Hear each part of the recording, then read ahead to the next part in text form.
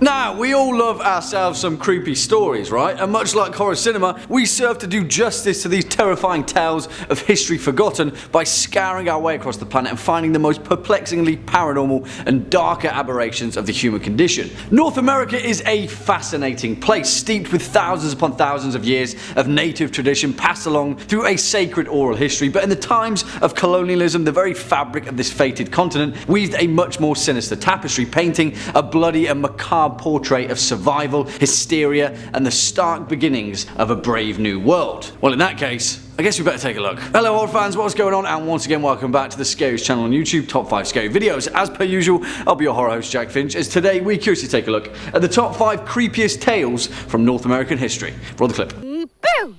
There you are. There you are. Boo!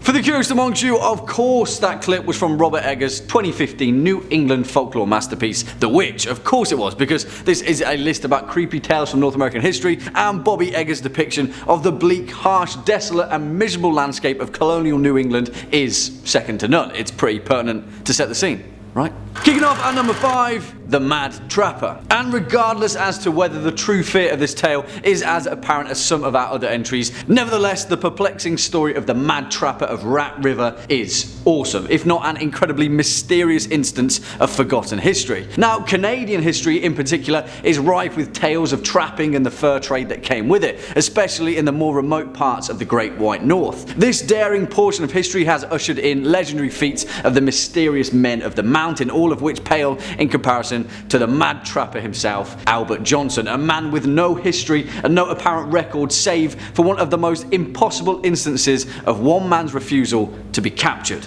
As the legend goes, in early December of the year 1931, residents of the prime trapping site of Rat River had complained to the local Mounties that their traps had been sabotaged, ruining their haul for the season. The only suspect was the new man in town, Albert Johnson, who had mysteriously shown up a few months before without saying a word to anyone and built himself a cabin from scratch. As several of the Mounties paid him a visit to see what the fuss was about, Johnson wasn't in a talking mood and suddenly shot one of the constables without warning. The man survived and the Mounties retreated, but returned a month later, this time with more men and also a boatload of dynamite. When they thought they had the drop on him, the Mounties decided to blow up Johnson's cabin, but bad idea, because as they entered the wreckage to presumably remove his corpse, Johnson emerged from a camouflaged foxhole and opened fire on the officers. He escaped, and what followed was the most bizarre and impossible manhunt in Canadian history. The Inuit said of Johnson that at one point in the chase he was snowshoeing 2 miles for every mile that their dog sleighs could cover. At another point he scaled a 7,000-foot mountain with 0 climbing gear during a blizzard.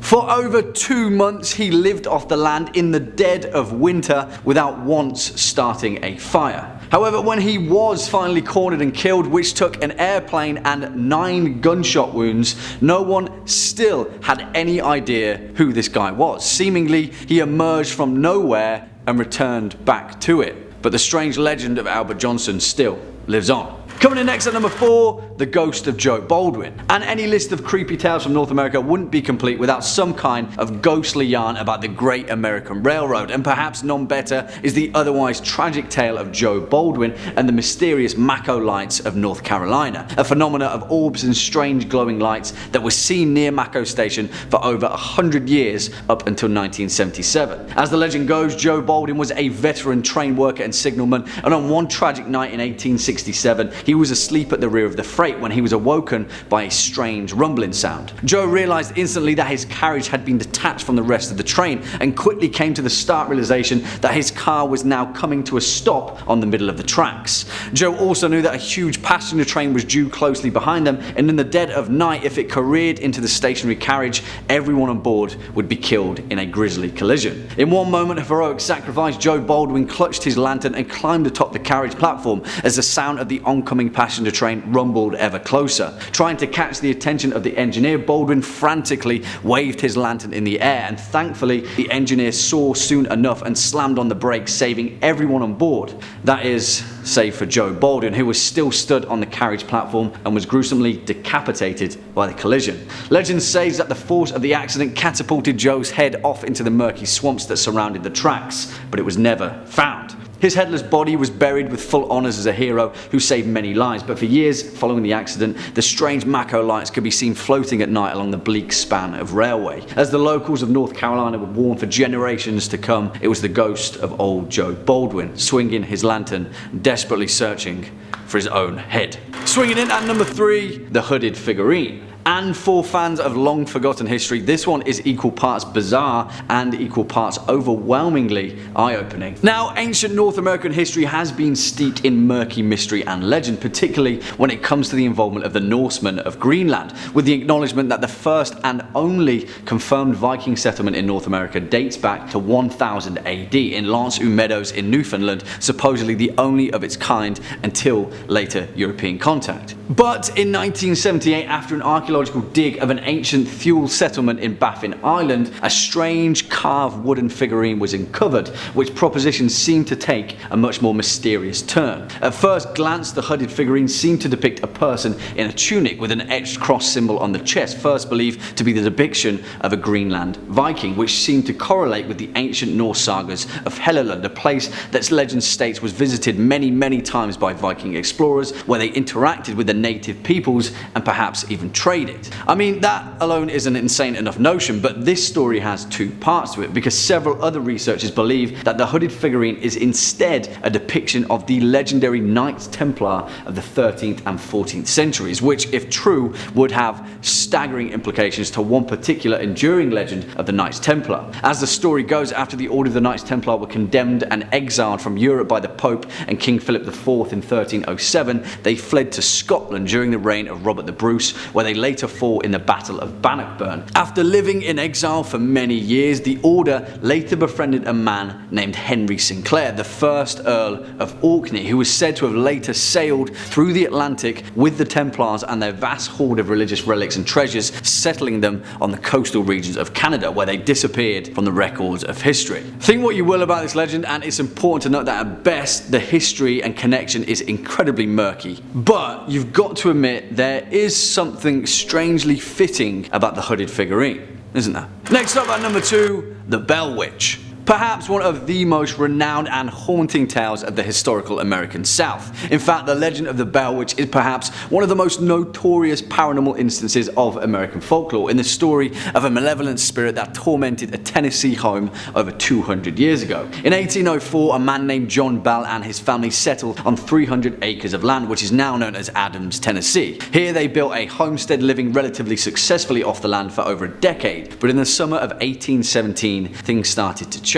At first it was odd noises, strange pounding of doors, slaps on the walls, the eerie rattling of chains. Sometime later, John Bell himself discovered an odd creature out in the fields, a strange hybrid of a dog, a rabbit, and something not quite natural. Soon enough, blankets began getting pulled from beds in the dead of night, people were getting scratched, kicked, and their hair twisted and pulled. The spirit soon identified itself to the family as the Bell Witch, a malevolent spirit that offered many explanations to who and what she was, all of which served to confuse things further. In some cases, she said her name was Kate Bat and had been wronged by John Bell in her former life. In others, she claimed to be an ancient American spirit whose burial mound had been disturbed by the family. Either way, the Bell Witch legend gathered so much notoriety that General Andrew Jackson himself paid the residents a visit, where on arrival his horse and wagon suddenly froze on the threshold of the Bell property. His horses strained tirelessly to pull the wagon, but to no avail, before Jackson himself cried out, "That must be the Bell Witch," and as legend goes, he heard a woman's voice whisper that they could then pass freely, as they'd already amused her enough. Whatever the case, the cause of the Bell's torment over 200 years ago remains a complete and utter paranormal mystery, wrapped up in a terrifying and mystifying historical account of the paranormal. Maybe we'll never know, and it's probably for the best that we never do, isn't it? And finally, coming in at number 1 spot, the Starving Time. And the fact of the matter remains, we have to end this particular historical list with one of the most violent, desperate and gruesome instances in colonial American history. Now, in the early years of the continent's settlement, they were trying times nonetheless, and for the first outpost of Jamestown, Virginia, the colonists there tried desperately to carve some semblance of life in order to survive in the New World. For years though, there have been whispered through legend that the earliest American colonists had survived the harshest of conditions by turning to desperate measures, eating dogs, cats, rats, snakes, even shoe leather to stave off starvation. But as historians discovered in 2012, things were much worse than that, and after unearthing a hastily constructed burial pit of a 14-year-old girl, the first concrete evidence of cannibalism was discovered, leading to many later subsequent discoveries and the stark realization that the Jamestown settlers turned to cannibalism just to survive. Historians have traced back the bleak passage of history to one particularly deadly winter, a period known as the Starving Time that happened in Jamestown between 1609 and 1610, where settlers arrived during the worst drought in 800 years, catastrophically bringing fatal food shortages for the 6,000 or so people that lived in the Virginian settlement at the time. As history has found, it was a period of complete and utter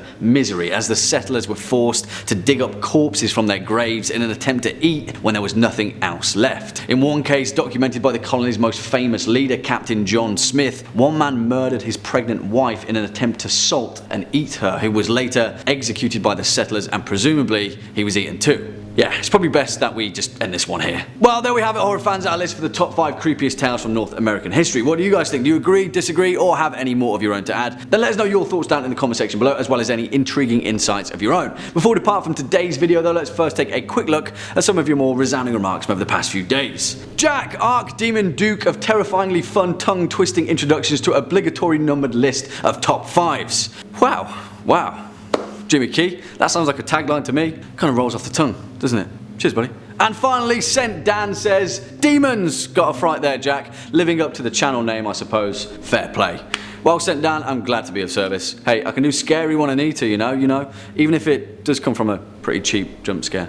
Demons! Sorry. Well, on that note, horror fans, unfortunately that's all we've got time for in today's video. Just stick around all the way until the end. If you were a fan of this video, or just top 5 scary videos in particular, then please be a dear and hit that thumbs up button, as well as that subscribe bell, and I'll be seeing you in the next one. As per usual, I've been your horror host, Jack Finch. You've been watching top 5 scary videos, and until next time, you take it easy.